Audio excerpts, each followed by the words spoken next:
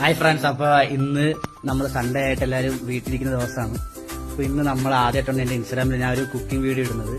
ഇതൊരു സ്പെഷ്യൽ മീൻകറിയാണ്. ഇതിന്റെ സ്പെഷ്യാലിറ്റി എന്താണെന്ന് വെച്ചാൽ ഇത് നമ്മൾ എണ്ണ യൂസ് ചെയ്യുന്നില്ല. അപ്പൊ എല്ലാ ചിന്തിക്ക് എണ്ണ യൂസ് ചെയ്യാതെ എങ്ങനെ മീൻകറി വയ്ക്കും. അപ്പൊ നമുക്ക് വീഡിയോയിലേക്ക് കാണാം. ഓക്കെ, പിന്നെ നമ്മുടെ ഷെഫ് അനാമികയാണ് അല്ലേ? അനാമിക പറയൂ.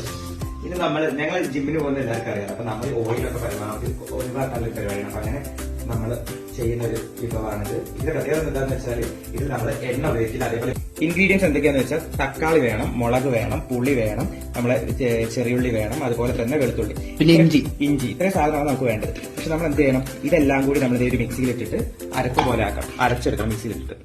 ഇതൊക്കെ അനാമിക കാണിച്ചത്. അപ്പൊ നമ്മള് മേടിച്ച മീന് അയില, ചെറിയ അയില.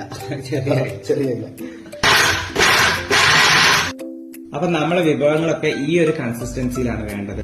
അപ്പൊ നമ്മൾ നോർമലി മസാല മീൻകറിക്കൊന്നും അരയ്ക്കുന്ന പോലെ അത്ര അരയ്ക്കണ്ട. 2 പ്രാവശ്യം നിങ്ങൾ ഗ്രൈൻഡ് ആക്കി എടുത്താൽ മതി.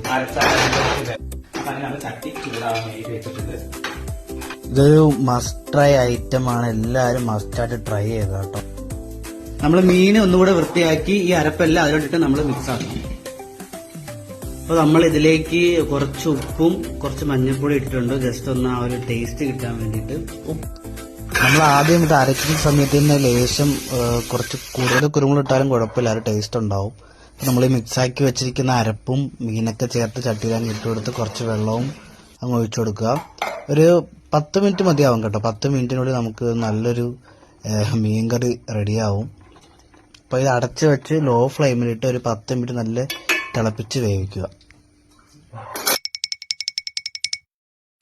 അങ്ങനെ നമ്മുടെ കറി ഇപ്പൊ ഏകദേശം റെഡി ആയിട്ടുണ്ട്. നല്ല ടേസ്റ്റ് ഉണ്ടാവും.